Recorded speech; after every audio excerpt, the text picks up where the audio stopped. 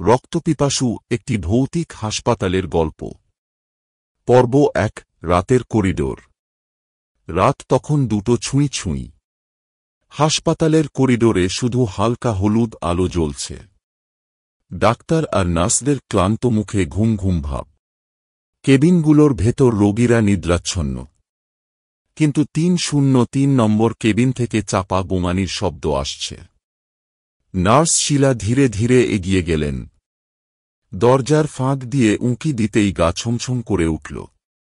বিছানায় শুয়ে থাকা রোগী রমেশদার গলা শুকনো, মুখটা ভয়ে বিবর্ণ। চোখ উল্টে গেছে। গলার পাশে 2টো তাজা ক্ষত থেকে রক্ত গড়িয়ে পড়ছে। শিলা আতঙ্কে পেছনে সরে এল, কিন্তু দরজার কাছে কিছু একটা নড়ল। হালকা অন্ধকার ছায়ার মতো। একটা দীর্ঘশ্বাসের শব্দ ভেসে এল, যেন কেউ ঠিক পাশেই দাঁড়িয়ে আছে। শিলা চিৎকার করে উঠতেই পুরো হাসপাতাল জেগে উঠল।